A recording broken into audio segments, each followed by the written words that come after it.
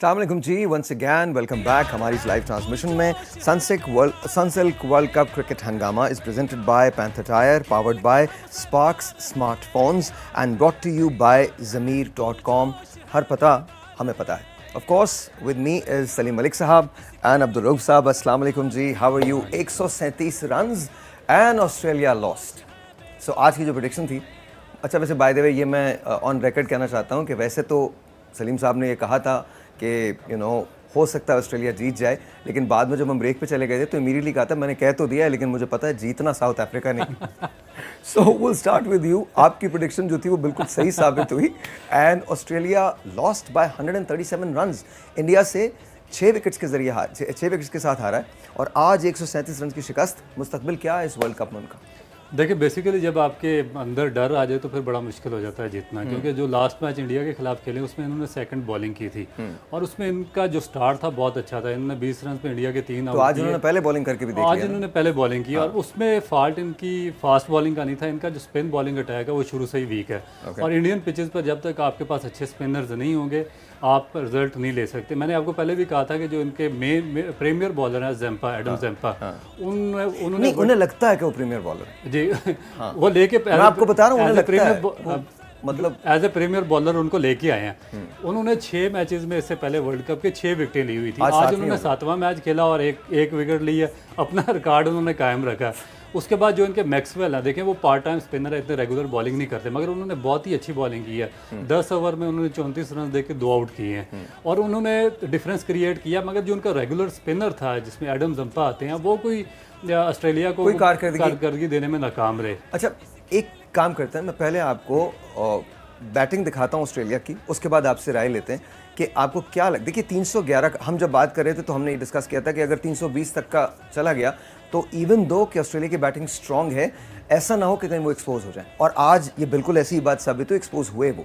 हमने 137 मैंने 137 कह दिया था। I do apologise for that and thank you Ahmed. Ahmed आपका बहुत बहुत शुक्रिया। अहमद अंदर आए और अहमद ने कहा 134 रन की शिकस्त, 134 रन से उससे क्या फर्क पड़ता है 134 हो जाए 137। लेकिन स्टार्ट्स तो सही होना चाहिए ना। अच्छा बैटिंग आपने देखी जी, क्या लगा? देखिए मुझे जो लगा, जो हम समझ रहे थे कि सेकंड इनिंग में शायद ड्यू फैक्टर आएगा, मगर आई थिंक जो उन्होंने बॉलिंग की है ना साउथ अफ्रीका ने, स्पॉट ऑन एक भी आप देखें एंड तक ये लग रहा था सहर भाई कि उनकी इतनी आला बॉल मूवमेंट हो रही थी। आप देखें किसी का मिडल नहीं हो रहा स्टार्ट के, स्पेशली बैट्समैन बहुत ज़्यादा स्ट्रगल किया और ये मेरे ख्याल में ऑस्ट्रेलिया की बैटिंग एक्सपोज हो रही है और ये आने वाले मैचों में इनको बहुत सख्त प्रॉब्लम होगी। देखिए वो हमेशा आप मैच जीते हैं जब आपकी ऊपर वाले बैट्समैन स्कोर करते हैं, मगर यहाँ कोई भी ऑस्ट्रेलिया का बैट्समैन मुझे ऐसा नहीं नज़र आया जो लगे कि टीम को लेके चलेगा। हर 1-2 ओवर के बाद विकेटें गिर रही थी और उन्होंने जो उनके स्पेशली फास्ट बॉलर ने जो बॉलिंग की है, मुझे लग रहा है कि ये किसी भी टीम के लिए ये कोई मुश्किलात पैदा कर बहुत मुश्किलात पेश कर। लेकिन साउथ अफ्रीका का टेम्परामेंट जो है वो ये शो करता है कि आखिरी के जो मैचेस होते हैं उसके अंदर जाके ये थोड़ा सा फंबल कर जाते हैं। अच्छा 5 मरतबा की वर्ल्ड चैंपियन है ऑस्ट्रेलिया की टीम। इंडिया से 6 विकेट से और आज 134 रन से शिकस्त इसकी हुई है। वजूहात क्या हैं? What do you think? Pressure था, कैप्टनसी थी, सिलेक्शन था, यूज़ नहीं किया गया, पिच का बिहेवियर चेंज था? What do you think? I think इनकी अक्सर रऊफ ये पॉइंट आउट कर चुके हैं, इनकी सिलेक्शन अच्छी नहीं हुई है। मुझे जो लग रहा है ना जी टूअर्ड सिलेक्शन जो हालांकि इंडिया में देखें ये बहुत सालों से खेल रहे हैं, IPL आके ये खेलते हैं, इनको पता है कि यहाँ की विकेटें कैसी हैं और यहाँ कौन सी टीम सेलेक्ट करनी चाहिए। इनके स्पिनर देखें बिल्कुल यूजलेस। पर आई थिंक सलीम भाई एक जो ये लेवल है, जिस लेवल पे क्रिकेट हो रही है इस वक्त, जो ये वर्ल्ड कप का लेवल है, वहाँ पर तो आपको क्लेमेटाइज वैसे ही हो जाना चाहिए। आप चीज़ होनी चाहिए कि आप अपने आप को इमीडिएटली पहुँचते ही एडजस्ट कर लें। मगर सहर भाई एक जो होता है ना रेगुलर बॉलर और एक पार्ट टाइम बॉलर, उसमें बड़ा फ़र्क होता है। डेफिनेटली आप देखें उनका एक लेग स्पिनर है जो रेगुलर बॉलिंग कर रहा है, वो भी स्ट्रगल कर रहा है। वो इतनी अच्छी बॉलिंग नहीं कर रहा। जैसे अभी रऊफ ने कहा कि 7 मैचों में उसके 7 आउट हैं, तो जब आपके 7 मैचों में 7 आउट होंगे तो आप टीम को ऊपर लेके नहीं जा सकते, क्योंकि टीम जहाँ स्पिन हो रहा है वहाँ टीम आपसे एक्सपेक्टेशन लगा के बैठती है कि आप 2-3 आउट करेंगे, कम स्कोर देंगे, विकेटें लेंगे, ताकि टीम को जल्दी से जल्दी दूसरी टीम को आउट किया जाए। जब आपकी स्पिन बॉलिंग ही नहीं है तो आप फिर और फिर अच्छा, आपकी let's talk about the Australian batting right now. Let's talk about the batting because हमने बैटिंग देखी है। आपको क्या लगता है, कुछ आपको ऐसा लगा ऑस्ट्रेलियन प्लेयर्स रश में थे, प्रेशर में आ गए थे, कुछ ऐसा लगा आपको? नहीं, मेरा ख्याल है वो देखें जब आपसे स्कोर नहीं हो रहा होता ना, कल अगर आप देखें पाकिस्तान जो मैच जीता, मैंने एक चीज़ बात कही थी परसों कि ये उन्होंने पूछा कि क्या वजह थी कि पाकिस्तान मैच 346 चेज़ कर गया जबकि बहुत बड़ा टोटल था। बहुत बड़ा टोटल था। जब आप प्रेशर नहीं डालते ना किसी टीम पे, जब आप जो देखें ना रिजवान और जब शफीक खेल रहे थे, जब आपको 2 सिंगल आराम से मिल रही हो ना तो फिर आपके लिए मुश्किल नहीं होता। जब आपको 8 की एवरेज चाहिए आपको मिल रही है तो आप पे प्रेशर नहीं पड़ेगा। जब आप प्रेशर डालते हैं, सिंगल्स रोकते हैं ना, तो तब बैट्समैन पे प्रेशर पड़ता है। आज ऑस्ट्रेलिया को उन्होंने सिंगल्स नहीं दी, आप देखें ऊपर उन्होंने अटैक रखा, और जबकि ऑस्ट्रेलिया फील्डिंग में बहुत फ्लॉप हुई है आज। सर 6 कैचेस जी बिल्कुल, 6 ड्रॉप कैचेस मेरे ख्याल में टू मच है। और अगर आप एक मेगा इवेंट में और एक स्ट्रॉन्ग टीम के खिलाफ इतने ज़्यादा कैचेस ड्रॉप करेंगे और उसके बाद आप एक्सपेक्ट करें कि आप मैच जीत गए तो ये मुमकिन नहीं है। अच्छा, आप दोनों से मेरा सवाल है, अगर आप पैट कमिंग्स होते, आप अगले मैच के लिए प्लान क्या करते? सर आपसे शुरू करता हूँ। अगर आज आप पैट कमिंग्स हैं और आपको लोग ये कह रहे हैं कि जी आपने 2 मैच गिरा दिए हैं और अब आपका फ्यूचर जो है बड़ा ब्लीक है इस वर्ल्ड कप के अंदर, तो क्या चेंजेस लाते हैं अगले मैच के लिए? देखिए, अब चेंजिंग इस टीम में तो नहीं कर सकते क्योंकि जो उनका 15 रुकनी स्क्वाड है उसी में से वो खिलाएंगे। मगर एक चीज़ है कि जो ये मुसलसल फॉल्ट कर रहे हैं, ये लास्ट मैच इंडिया के खिलाफ हुआ उसमें 79 फॉर 1 था। और जब हम बाहर बैठकर पिच रीड कर रहे थे कि यहाँ पर 250 रन्स का टारगेट ही सेटल होना पड़ेगा ताकि वो दूसरी टीम को अंडर प्रेशर कर सके। मगर उसके बाद इन्होंने जल्दी में अपनी 3-4 विकेटें खो दी और उसके बाद जो उनके टेल एंडर थे वो बैटिंग करने आ गए और इनसे 200 रन भी नहीं हुए। आज भी सेम इसी तरह हुआ कि जब इनकी अर्ली विकेट गिरी है उसके बाद ये रश में आ गए। ये फ्लैट पिच देख ऐसा लग रहा था कि जैसे बहुत ज़्यादा रश में। जी बिल्कुल, और रश में आके ये तेज़ खेलना शुरू कर देते हैं, ये पार्टनरशिप बिल्ड नहीं करते। और जो फ्लैट और इस तरह की पिचेस होती हैं जिस तरह इंडिया में है, स्मॉल ग्राउंड्स हैं, इसमें जब तक आपके बैट्समैन पार्टनरशिप बिल्ड नहीं करेंगे और बैट्समैन 45 ओवर तक नहीं जाएंगे, आप बड़ा टारगेट सेट नहीं कर सकते। और ये फाल्ट है मेरा ख्याल है कि इनको दोबारा बैठकर अपनी जो प्लानिंग है उसको रीशेड्यूल करना पड़ेगा और फिर उनको अगले मैच में तैयारी के साथ आना पड़ेगा। अच्छा, जैसे रऊफ ने कहा, आपको भी यही लगता है कि ज़ाहिर है बॉलिंग के अंदर वो बहुत कुछ नहीं कर पाएंगे, लेकिन कम से कम उनकी बैटिंग जो उस पर रिलाई किया जा सकता है, तो उनको अपनी स्ट्रैटेजी चेंज करनी पड़ेगी और एंकर करनी पड़ेगी एक बड़ी इनिंग्स या 2 बड़ी इनिंग्स।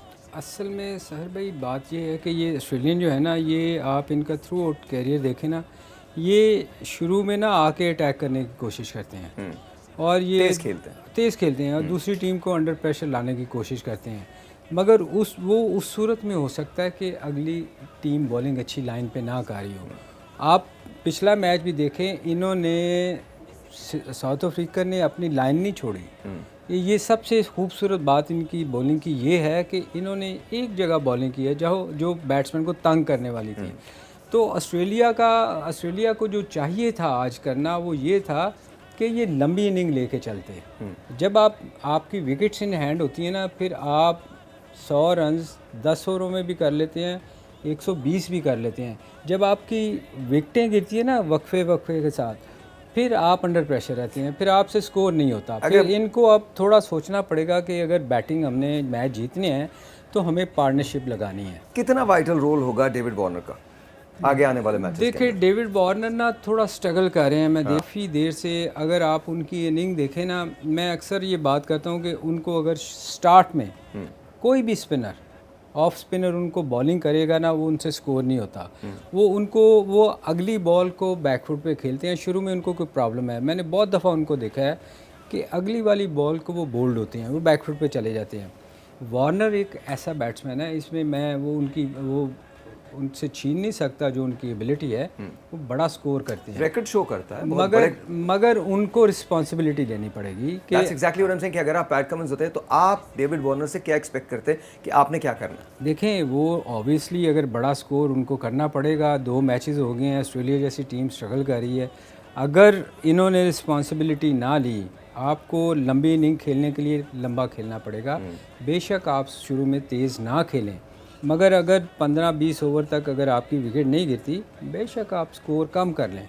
मगर आपके पास प्लेयर पीछे ऐसे हैं जो बड़ी हिटें मार सकती हैं। तो लंबी इनिंग खेलने के लिए आपको स्टे करना पड़ेगा। Chances of Australia going any further क्या है? देखिए बिल्कुल है, क्योंकि 5 दफ़ा का वर्ल्ड चैंपियन है, आप उसको इस तरह एलिमिनेट नहीं कर सकते टूर्नामेंट से सडनली 1-2 डिफीट पे। आगे उनके 2 मैचेस निस्बतन अच्छा, होल्ड दैट थॉट, एक ब्रेक लेते हैं, ब्रेक के बाद इसको यहीं से कंटिन्यू करेंगे। उसके बाद हम बात करेंगे साउथ अफ्रीका की बॉलिंग की और साउथ अफ्रीका की बैटिंग की, प्लस कुछ बर्निंग इशूज़ हैं जिसके बारे में बात होगी। एक ऐसा डिसीजन है जो लिया जाना है और लिया जाएगा, उसके बारे में बात करेंगे और उसका महवर होंगे ज़का अशरफ साहब। Will be right back.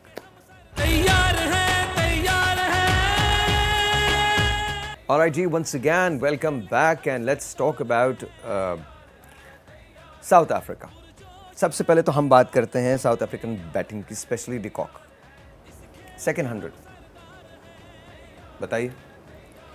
देखें आप डिकॉक को अगर फॉलो करें ना तो ये बड़ा ग्रेट प्लेयर है। इसने अगर इसकी जो सबसे ज़्यादा स्ट्रॉन्ग पॉइंट है ना, इसको मिडिल लेग पे बॉल जो भी जितना भी अच्छा फास्ट बॉलर उसको करेगा ना वो ले जाता है और पूरी शॉट खेलता है। और ये ऐसा प्लेयर है जब भी इसने स्कोर किया ना, साउथ अफ्रीका ने बहुत बड़ा स्कोर किया है। तो मैं समझता हूँ कि उसने 200 कर चुका है, अभी 2 मैचों में कर चुका है। और आगे मतलब ये किसी भी प्लेयर को अगर स्टार्ट उसका इतना अच्छा हो जाए ना, तो उसका जो कॉन्फिडेंस लेवल होता है ना वो बहुत बहुत ऊपर होता है और वो टीम के लिए फ़ायदेमंद तो होता ही होता है। तो मुझे लग रहा है कि ये आने वाले मैचों में भी ये हाईएस्ट जो है ना स्कोरर होगा। आपको लगता है? बहुत बहुत great. What do you think sir? बिल्कुल, और मेरा ख्याल है कि one of the most inform player आप कह सकते हैं कि इस टूर्नामेंट में भी और साउथ अफ्रीका की जानिब से, और कंसिस्टेंट परफॉर्मर है। आप देखें कि इस टूर्नामेंट में 2nd सेंचुरी है और उसके बाद अगर मैच ही 2 हुए हैं अभी, इससे तो पहले भी इसकी परफॉर्मेंस बहुत अच्छी रही। अगर ओवरऑल भी देखें तो जो इनका टोटल मिडिल ऑर्डर है साउथ अफ्रीका का, उसकी एवरेज भी 46 से ऊपर है, यानी कि ये बड़ा अच्छा कलेक्टिवली बड़ा अच्छा एक यूनिट है, बैटिंग यूनिट। इसी वजह से इनका सक्सेस रेट बेहतर हुआ और जो इनका स्ट्राइक रेट है वो भी 6.7 से ऊपर है, जो इनका टोटल मिडिल ऑर्डर है। तो मेरा ख्याल है कि इस टूर्नामेंट में इनको बहुत ज़्यादा एज हासिल है, क्योंकि इनके जितने भी बैट्समैन हैं, आप डोसन को देख लें, आप उसके बाद आप जो इनके क्लासन है वो है, मिलर हैं, बोमा जो इनका कैप्टन है वो बहुत अच्छी फॉर्म में है, डिकॉक हैं, तो ये सारे बहुत अच्छी फॉर्म है। इसी वजह से ये पार्टनरशिप बिल्ड करते हैं और बड़े बड़े स्कोर कर जाते हैं। और अभी जो हम बात कर रहे थे, इन लोगों ने बाकायदा इनिंग्स को एंकर किया है, बनाया है, इनिंग्स बनाई है। और डिकॉक की सबसे बड़ी बात है कूल, काम एंड कलेक्टेड है। सहर भाई, ये वह टीम इस टूर्नामेंट में लग रही है कि ये बैलेंस टीम है, balance team, properly balance team. इनकी आप स्पिन देख लें, दोनों स्पिनर इनको आप देख लें, बहुत अच्छी बॉल कर रहे हैं। इनकी आप फास्ट बॉलर को ले लें, इनकी आप बैटिंग देख लें, ओपनर से लेके मिडिल ऑर्डर तक इनकी एवरेज जैसे रऊफ ने कहा कि इनकी एवरेज ही 46 से ऊपर है और स्ट्राइक रेट इनका कोई 200 तो करीब है। तो ये वो वह टीम है जो इस टूर्नामेंट में अनफॉर्चुनेटली कभी भी सेमीफाइनल, क्वार्टर फाइनल और सेमीफाइनल में जाके ना ये इसको पता नहीं क्या हो जाता है, कहीं ना कहीं फंबल होता है, फंबल करती है। ऐसा एक क्रूशल मैच में जाके ये इनको कुछ हो जाता है। सर हमें भी कुछ ना कुछ हो जाता है, बट अल्लाह करे ना हो इस बार। नहीं, हमारी कभी भी इतनी बैलेंस टीम नहीं रही। हम या तो बिल्कुल ही बाहर हो जाते हैं। इस बार तो बिल्कुल फाइटिंग स्पिरिट भी डिफरेंट ही है ना, बॉडी लैंग्वेज भी डिफरेंट है। नहीं, इस दफ़ा तो हमारी टीम बहुत अच्छा कर रही है जी, और अल्लाह करे कि इसी तरह रिदम में रहे। मगर एक मैच आता है ऐसा रहूँ कि जहाँ टीम बिल्कुल ही गिर जाती है। और मुझे लग रहा है कि ऑस्ट्रेलिया के साथ वाला मैच ना हो। मतलब अच्छा मुझे सुनो कि ऑस्ट्रेलिया सबसे हारती हुई चली आ रही है, अचानक उसे याद है आज मैं पाकिस्तान के खिलाफ खेल रहा हूँ। मुझे अच्छा कह रहे थे ना, आपको ही कह रहे थे कि यार ये हमारे गले ना पड़ जाए। अच्छा, सवाल आप दोनों से सवाल है, while we are talking about South African batting, we are talking about de Kock, South Australian bowling के बारे में बात करते हैं। देखिए स्टार्क, आदम जाम्पा, कमिंग्स, कोई भी नहीं चल रहा। देखिए असल चीज़ ये है कि जो पिचेज़ है, जब तक आपकी जो स्ट्रेंथ है, जो आपकी टीम है वो मुताबिकत नहीं रखती पिच के साथ, आप मैच नहीं जीत सकते। चाहे आपकी टीम के अंदर 11 वर्ल्ड स्टार प्लेयर हों, मगर वो जिस तरह की पिच है उसके साथ उनकी मुताबिकत ना, तो वो मैच नहीं जीत सकते। ऑस्ट्रेलिया के पास दुनिया का नंबर 1 फास्ट बॉलिंग अटैक है, जिसमें कमिंस है, स्टार्क हैं, हेजलवुड है, मगर उनके पास स्पिन बॉलिंग अटैक नहीं। आपने आज भी देखा होगा कि जो मैक्सवेल हैं वो पार्ट टाइम स्पिनर हैं और उन्होंने आज अच्छी बॉलिंग की है। उसके बाद जो उनके मेजर स्पिनर है एडम जैम्पा, वो T20 क्रिकेट खेल खेल के उसी तरीके की बॉलिंग कर रहे हैं, फॉर्मेट के आदी हो गए। बिल्कुल बार बैठ के। दूसरी जानब जो साउथ अफ्रीकन है वो इस दफ़ा अपना पूरा यूनिट लेकर आए हुए हैं। आप देखें कि इनको अर्ली ऑन एक बहुत बड़ा सेटबैक हुआ साउथ अफ्रीका को। इनके जो प्रीमियर फास्ट बॉलर थे एनरिक नोकिया, वो 155 की पेस से बॉलिंग करते थे और वर्ल्ड कप से 2 गेम्स पहले वो अनफिट हो गए, बैक की इंजरी हुई और बाहर हो गया। मगर इनका बेंच इतना स्ट्रॉन्ग है कि इनके पास अभी भी रबाडा, नगीडी और जो जॉनसन है तीसरे, और तीनों 90 माइल्स के बॉलर हैं। उसके बाद जो उनके स्पिनर्स हैं वो महाराज और शमसी, वो आउटस्टैंडिंग किस्म के स्पिनर और किसी भी टीम को आउट क्लास आज बहुत अच्छी बॉलिंग की है, आज बहुत अच्छी बॉलिंग की है, मतलब डोमिनेट किया है हर शोबे के अंदर। अच्छा, फील्डिंग ने कितना पार्ट प्ले किया? फील्डिंग तो आज जो उन्होंने की है, मेरे ख्याल शायद मुझे आज तक मैंने ऑस्ट्रेलिया को ऐसी फील्डिंग करते नहीं देखा। मतलब एक छोटा बच्चा भी शायद ऐसे कैच ना छोड़े जो उन्होंने कैच छोड़े हैं, और ये वो टीम है जो हाफ चांसेस नहीं छोड़ती। अच्छा, एक चीज़ मैं पूछना चाहूँ, sorry to cut you off, लेकिन एक बात, रिकी पॉन्टिंग, ठीक है, Steve Waugh, 2 of the greats of the game, captaincy में कोई फर्क लग रहा है आपको? देखिए उसमें तो बहुत फ़र्क है। वही पूछना चाह रहा हूँ कि आप कहाँ देखें कहीं ऐसा तो नहीं है कि कुछ कम इसको अपने अंदर भी तब्दीलियाँ पैदा करनी होंगी, कहीं अपनी डिसीजन मेकिंग उनकी कहीं ना कहीं गलत हुई है? देखें वो एक यंग कैप्टन है, मेरे ख्याल उसको अभी थोड़ी देर ही हुई है मेरे ख्याल। ये मेरा ख्याल है कि टेस्ट से उसको सीधा वनडे में लेके आए। मगर उनका इसमें पता है मसला ये है कि जो रिकी पॉन्टिंग या आपके स्टीव वॉ थे, इनके पास मैगरा और शेन वॉर्न जैसे आउटस्टैंडिंग किस्म के बॉलर थे जो मैच चेंज कर देते थे। इनके पास वो जो मैच विनिंग ऑप्शन है वो नहीं है स्पिनर। अगर इनकी टीम में एक स्पेशलिस्ट स्पिनर होता तो मेरा ख्याल है कि ये कमिंस ये भी डिफरेंट आपको रिजल्ट देते। अच्छा, लुकिंग दूसरा साहिर भाई देखें ना, टीम सिलेक्शन मैंने जैसे पहले कहा था ना, टीम सिलेक्शन अच्छी नहीं हुई। जो इंडिया के लिए टीम आनी चाहिए थी ना, इनका स्पिन अटैक नहीं है, ठीक है, उससे बड़ा फ़र्क पड़ता है। मैं आपको बताऊं, जॉन्टी रोड होता था ना साउथ अफ्रीका में, एक ऐसा फील्डर था जो अकेला इतनी आला फील्डिंग करता था, गेम पलट जाता बाकी मोटिवेट होके वो उसकी तरह की फील्डिंग करते थे। अब जैसे रऊफ ने कहा ना कि 3 उनके अटैक बहुत अच्छे हैं, मगर जब वो स्पिनर पे बारी आती है ना तो वो एकदम टीम का मोराल जो है ना वो नीचे चला जाता है कि यार हम इतना अच्छा करें, बाकी 2 स्पिनर हमारे पास है ही नहीं। तो उससे बड़ा फ़र्क पड़ता है। हर बंदे को अपना अपना रोल जितनी देर अदा नहीं करेंगे, आपकी टीम कभी नहीं जीती। लेकिन आपको लगता है कि ऑस्ट्रेलिया अब भी गेम में है, हम उसको ऐसे नहीं एलिमिनेट कर सकते? देखें ये जो बड़ी टीमें होती हैं ना, अच्छी टीमें जिनके नाम होते हैं, ये अगर इन्होंने एक आध मैच अच्छा जीता, ये ज़रूर कम बैक कर सकते हैं। इनको हम ये नहीं कह सकते कि ये राइट ऑफ कर ही नहीं सकते आप ऑस्ट्रेलिया जैसी टीम को, या जितनी भी बड़ी टीमें हैं। मगर इसमें इनकी टीम बहुत वीक है, बहुत वीक है। बॉलिंग इनकी स्पिन बहुत वीक है, स्पेशली इंडिया की पिचेस के लिहाज से। उस पे इन्होंने आई डोंट नो सिलेक्शन क्यों नहीं उन्होंने, हालांकि ये IPL थ्रू आउट खेलते हैं, सब खेलते हैं, इनके सारे प्लेयर जितने भी आके खेलते हैं। और अभी तो इनसे मैं देख रहा था, इनसे स्पिनर भी नहीं खेले जा रहे। पता नहीं इनकी टीम में कुछ कम्बिनेशन की कमी है, ये अच्छा नहीं कर पा रहे। सर, हम भी कभी कभार ना ऐसी चीज़ों से गुजरे कई टूर्नामेंट्स के अंदर, लेकिन हम कहीं ना सेमीफाइनल में पहुंच जाया करते थे। तो ऐसा ना हो कि ऑस्ट्रेलिया उसी तरह का कोई कम बैक करे, वहाँ भी कोई दुआएं वगैरह पड़ी जा रही हैं? नहीं, हमारी टीम अक्सर आप देखें हमारे यहाँ यूज्ड टू है ना। नहीं रहो, हम T20 में हमेशा अच्छा कर जाते थे, इसलिए कि 4 ओवर की गेम थी। 50 ओवर में ना अब शुक्र है, लेकिन इस वक्त जो टीम हमारी है, शफीक के आने से वो एक प्लेयर है जो लंबा ले जाने वाला प्लेयर है। अमेजिंग। अदरवाइज अगर जब तक शफीक नहीं था, आप देखें जब 20 ओवर किसी नए प्लेयर को मिलते थे ना, उसको समझ नहीं आती थी कि यार मैंने हिट मारनी है कि लंबा इनिंग खेलनी है। तो ये हमेशा हमारे साथ ये प्रॉब्लम रही है। लेकिन इस वक्त टीम बहुत बैलेंस है, बहुत बैलेंस है। अच्छा, आपके ज़माने की क्रिकेट और आपके ज़माने की क्रिकेट क्या फ़र्क है? देखें बहुत ज़्यादा फ़र्क है। अब हमारे ज़माने में बाउंड्री बहुत बड़ी थी। आप देखें मेलबर्न की ग्राउंड में 55-57 यार्ड्स नहीं था। सर मैं आपको ये बताने लगा हूँ कि हमारे ज़माने में 100 यार्ड थी मेलबर्न की ग्राउंड, ठीक है, 100 यार्ड, और उस पर छिक्का मारना ऐसे ही था कि आप 2 दफ़ा आधी विकेट में जाके हिट मारे तो छिक्का होता था। 2-2 थ्रो करनी पड़ती थी। मैं आपको सच बता रहा हूँ, जिनकी थ्रो वीक थी ना, उनको आधी विकेट पे वो फेंकता। आप अगर पुराने मैच देखें, वो आधे मिड विकेट वाले को मैंने वहाँ पे टेस्ट मैच खेला, एग्जैक्टली हुआ वो। हमारे एक स्पिनर, मैं नाम नहीं लूँगा, बाउंड्री पे बॉल पकड़ने चले गए, तो आधे रास्ते में मुझे बुला रहे, मुझे कहते पास आओ, दूर किधर जा रहे हो। मैं ब्रेक लूँगा, ब्रेक के बाद किस्सा ज़रूर सुनना है मुझे, कौन थे जिसने ये आवाज़ दी थी कि पास आओ, दूर क्यों जा रहे हो। एक छोटा सा ब्रेक, आपसे मिलते हैं ब्रेक के बाद। Right back.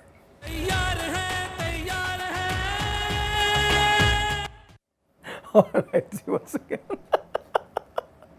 I'm sorry. Welcome back, जी। सुना दे उसामा का। अच्छा जी, कल सबसे पहले कल के मैच के बारे में बात कर लीजिए। बांग्लादेश इज प्लेइंग न्यूजीलैंड, क्या प्रेडिक्शन है आपकी? बांग्लादेश नहीं जीती। Obviously New Zealand is a very strong team, very strong team. अब तो मैं कोई ऐसी गलती नहीं करूँगा।